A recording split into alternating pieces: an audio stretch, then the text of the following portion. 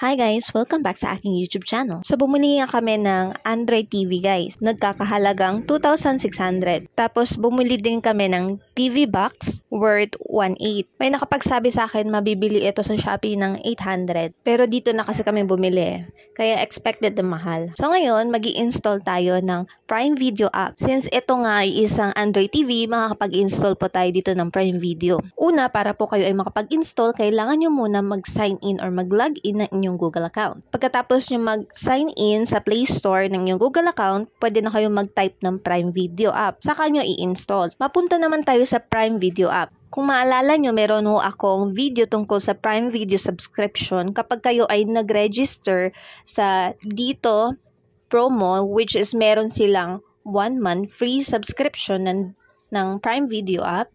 Yun po ay applicable lamang sa Android. Hindi po siya applicable sa TV, Android TV, or Smart TV. Sa madaling salita, hindi nyo po magagamit ang libreng free subscription ni dito para sa Prime Video dito sa TV, Android, or Android TV. Kung gusto nyo talagang gumamit ng Prime Video app, kailangan nyo magbayad ng 149 subscription para dito lamang sa TV na to. At kung interesado din kayo malaman kung anong unit ito ho ay CHY na Korean TV. Ang review ko naman dito sa CHY Android TV, katulad ng cellphone, naglalag din siya paminsan-minsan. Kaya nag-clear cache kami. Di ho talaga maiwasan yun na mag-load din siya, minsan mag-lag. Kaya dapat kung tingin nyo umiinit na yung likod niya, bigyan nyo muna siya ng time para magpahinga. Kita nyo naman po yung presyo pa nga lang, di na pang matagalan. Parang disposable lang sa kanila.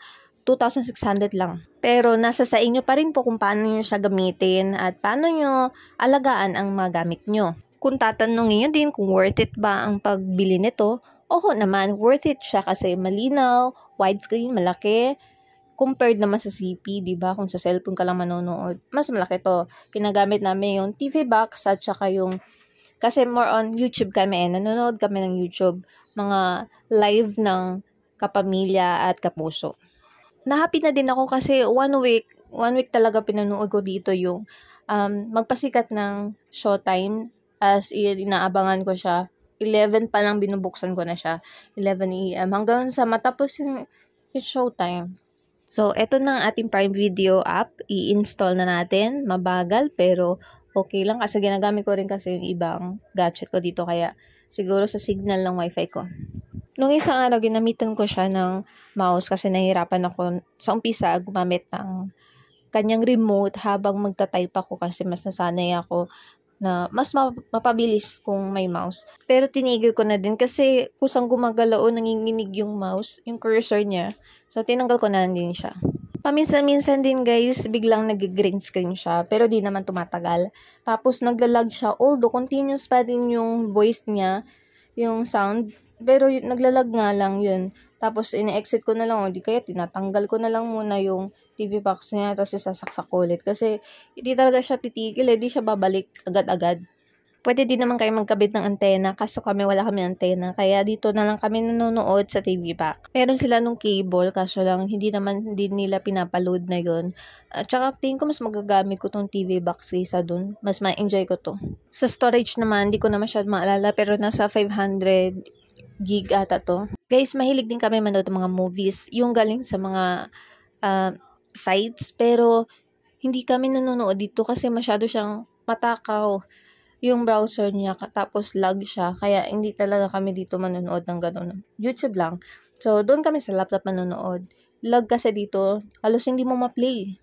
Mga 1 month ko na din siguro ginagamit to. Bale, nilalatag ko lang sa inyo ang pros and cons kung kayo ay bibili ng ganitong Android TV na mumurahin. Wala tayong budget, syempre tsatsagain na natin to, diba? Bale ako, diba meron akong Prime Video subscription, libre mula kay dito. Sinubukan ko siya dito. Tapos, in-install ko, nakapag-login naman yung account ko, pero hindi ko siya ma-play dahil Android TV siya. Applicable lang siya sa Android only. Hindi siya pwede sa Smart TV, Android TV, at kung ano pang TV. Kaya ayun, nagpunta ako sa help center nila. Tinanong ko kung may paraan ba para makapag-play ako dito gamit yung free subscription ko. So, sabi nga sa akin, hindi. Kasi for Android lang talaga yun. Kung gugustuhin ko, kailangan ko mag-register or bumili ng Prime Video subscription talaga for Android TV worth 149 a month. So, napaisip ako, Netflix na lang ba o Prime Video kung ganun ba? Di ba?